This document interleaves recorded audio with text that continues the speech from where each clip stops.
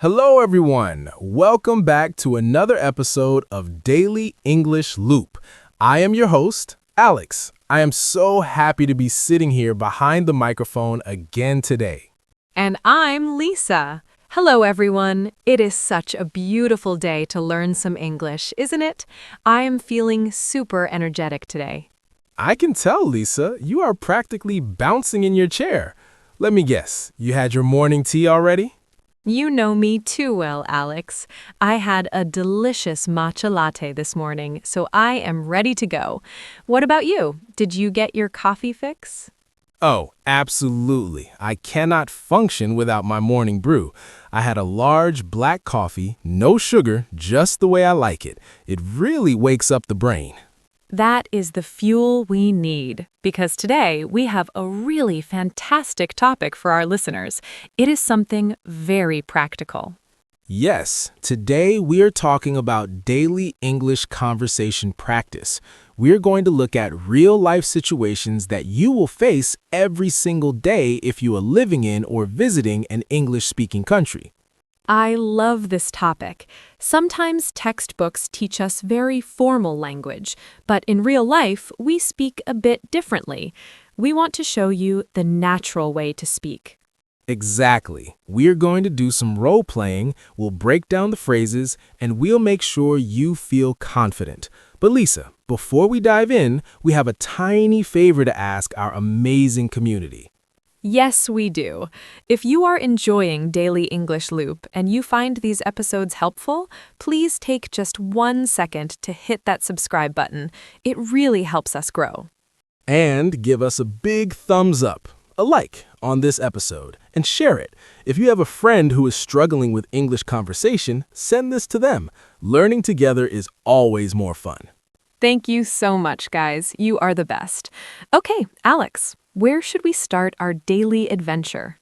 Well, let's start with the most important part of the morning, getting caffeine. Let's practice a conversation at a coffee shop. Perfect. Since you are the coffee expert, Alex, you can be the customer, I'll be the barista. Sounds like a plan. I really need another cup anyway. Let's do this. Hello, welcome to Daily English Loop Cafe. What can I get started for you today? Hi there. I'd like to order a coffee, please. Sure thing. Would you like hot or iced coffee today? It's a bit warm outside, so I think I'll go with an iced coffee, please. Great choice. What size would you like? We have small, medium, or large. I'll take a medium, please. Okay, 1 medium iced coffee. Do you want any milk or flavor syrups in that? No milk, thank you. I'll take it black. But actually, do you have anything to eat? We have some fresh pastries. We have blueberry muffins, croissants, and chocolate chip cookies. Ooh, a croissant sounds perfect. I'll have 1 plain croissant, please. You got it. So that is 1 medium black iced coffee and a plain croissant. Anything else for you? No, that's all. Thanks. Okay, your total comes to $7.50. Here is my card. Thank you. Here is your receipt. You can pick up your drink at the end of the counter. Have a great day. Thanks. You too. And scene. That was smooth, Alex. You are a professional coffee orderer. I've had a lot of practice, but let's look at some of the phrases we used there. I used the phrase, I'd like. Yes, I'd like is short for I would like. It's the magic phrase for ordering. It's much more polite than saying I want. Exactly. If you say, I want coffee, it sounds a bit demanding. I'd like a coffee is soft and polite. And notice how the barista, me, asked specific questions. Hot or iced? What size? You need to be ready for these questions. Right, and if you don't know, it's okay to ask. You can ask, what sizes do you have? Or do you have oat milk? I also liked that you ordered food. You asked, do you have anything to eat? That's a great way to see the menu. And finally, the payment. You said your total comes to, and I just handed you my card. It's very simple. Okay, so we have our coffee. Now we're walking down the street and we see a clothing store. Ah, shopping. I know you love shopping, Lisa. I do. I am looking for a new jacket, so let's practice shopping for clothes. Okay, this time I will be the shop assistant and you are the customer. Perfect. I am walking into the store, looking around. Hi there, welcome in. Can I help you find anything today? Hello, yes, actually. I am looking for a denim jacket. Okay, great. Our denim jackets are right over here on this rack. What color were you thinking? Light blue or dark blue? I think I prefer the light blue one. It looks very summery. It is very popular. What size do you usually wear? Usually, I am a small. Okay, let me check. Yes, here's a small. Would you like to try it on? Yes, please. Where are the fitting rooms? The fitting rooms are just in the back to the left. Thank you. A few moments later. Okay, I tried it on. It fits perfectly. I love it. It looks great on you. Thank you. How much is this one? Let me scan the tag. This one is $45. That is a good price. I will take it. Excellent. Will you be paying with cash or card? I'll pay with my card, please. Great. Here's the machine, and here's your bag. Thank you so much for your help. You are welcome. Enjoy your new jacket. Thanks. Bye. Nice. You got a new jacket. I wish it was real. I really want a denim jacket now. Let's break that down. You use the phrase, I'm looking for. Yes, I'm looking for a jacket. I'm looking for shoes. This tells the shop assistant exactly what you need. And then the magic question, can I try it on? This is vital. You don't want to buy clothes that don't fit. Try it on means to put the clothes on to check the size. And you asked, where are the fitting rooms? Sometimes we call them changing rooms too. Both are correct, fitting room or changing room. And finally, I will take it. This means I have decided to buy it. Simple and effective. Okay, Lisa, let's imagine a different scenario. We're in a new city, we have our coffee, we have our new jacket, but now we are lost. Oh no, I have a terrible sense of direction, Alex. This happens to me all the time. Me too. I rely on my phone map too much. But what if your phone battery dies? You need to ask a human. That is a scary thought for some people, asking a stranger. But it's actually very easy. Let's practice asking for directions. I'll be the lost tourist and you are the local person. Okay, I'm walking down the street, minding my own business. Excuse me. Hi, sorry to bother you. Oh, hi. No problem. I'm a little bit lost. Could you help me? Sure, I can try. Where are you trying to go? I'm looking for the central library. Do you know where it is? Oh, the library. Yes, it's very close, actually. Oh, good. So you just need to go straight down this street for 2 blocks. Go straight for 2 blocks. Okay. Then, when you see the big supermarket, turn left. Turn left at the supermarket. Exactly. Then walk for maybe 1 more minute, and the library will be on your right side. You can't miss it. It's a big brick building. Okay, let me repeat that. Straight 2 blocks, turn left at the supermarket, and it's on the right. You got it. Thank you so much. You saved me. No worries at all. Enjoy the library. Thank you. Have a good day. You too. See? That wasn't scary. Not at all. The key phrase to start is excuse me. You cannot just walk up to someone and say, "Where's the library?" Right. Excuse me gets their attention politely, and then I'm a little bit lost. This makes people want to help you.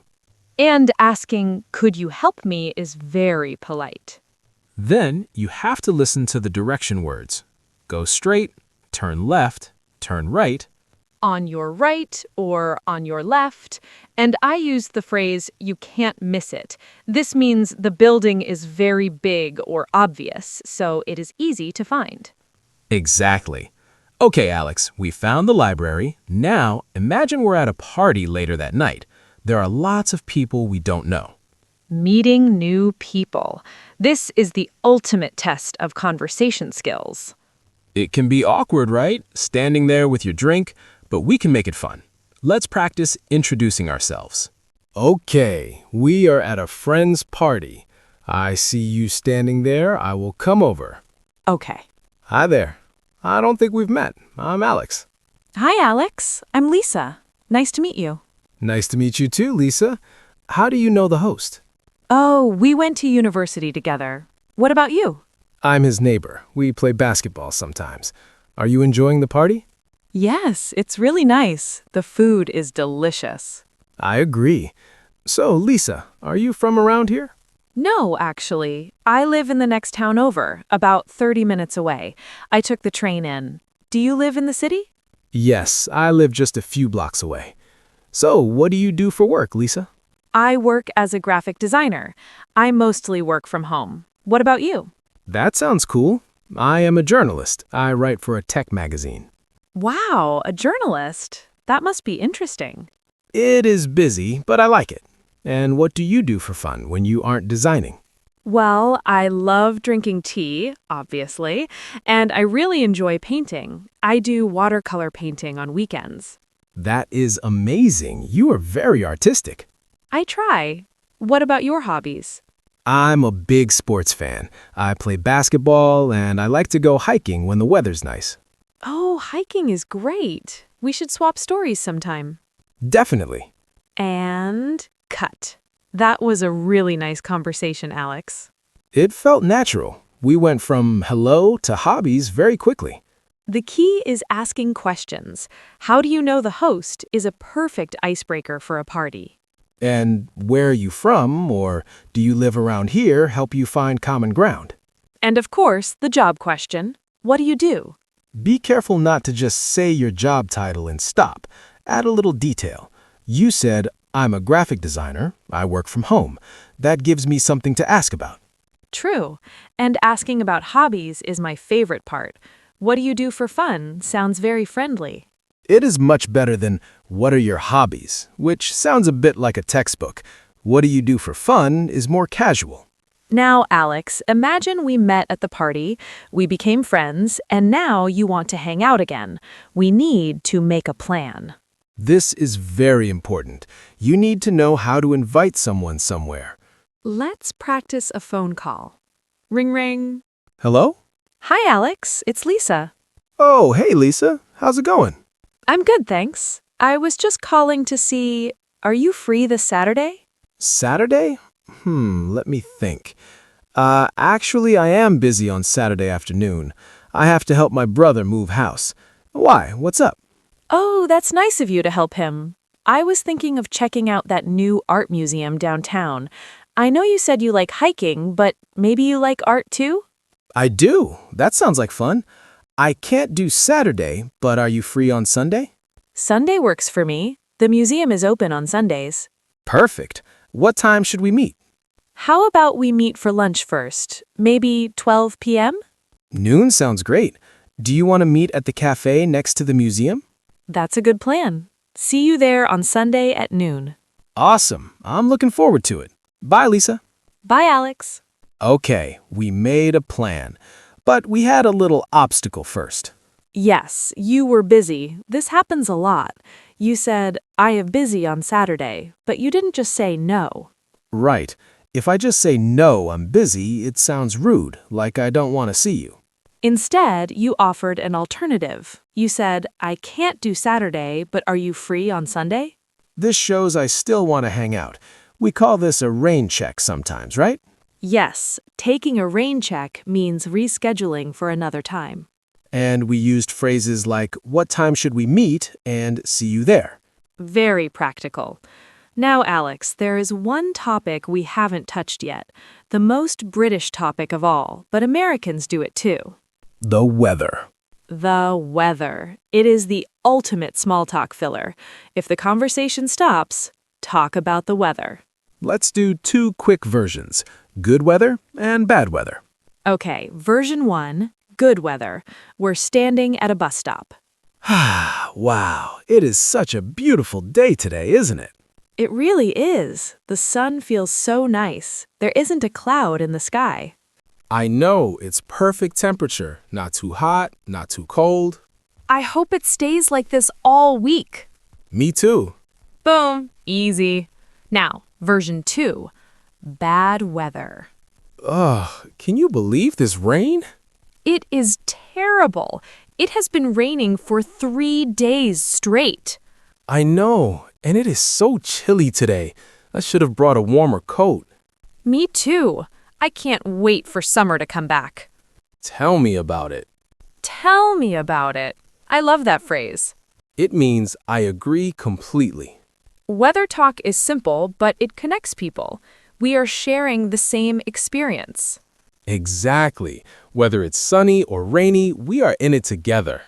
Alex, we have covered so much today. Coffee, shopping, directions, meeting people, making plans, weather. That is a lot of English practice, but we have one last thing to do. We need to end the conversation. Saying goodbye. You can't just run away. No, you need an exit strategy. Let's practice ending our chat right now. Okay. Well, Lisa, it has been great chatting with you, but I actually have to get going. Oh, no problem, Alex. It was really fun catching up. Yeah, we should do this again soon. Definitely. Have a great afternoon. You too. See you later. Bye. Bye-bye. See? Polite and easy. I gave a reason. I have to get going. And you said something nice. It was great chatting with you. And then the final goodbye. It leaves a good impression. Well, speaking of goodbyes, we are reaching the end of our episode today. We hope you found these role plays helpful. Remember, the best way to learn is to practice. Yes, try to practice these scenarios in your head, or even better, grab a friend and act them out. Be the customer, be the tourist, be the party guest. Have fun with it. Before we go, we have a question for you guys.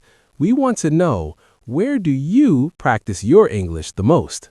Yes. Do you practice at work? Do you practice in online games? Do you talk to yourself in the shower? Tell us in the comments below. We love reading your stories. And please, if you haven't already, subscribe to Daily English Loop. It helps us keep making these lessons for you. Thank you so much for listening. You guys are amazing. Keep practicing, keep learning, and don't be afraid to make mistakes. Mistakes are just proof that you are trying. Have a wonderful day, everyone. See you in the next episode. Bye. Bye-bye.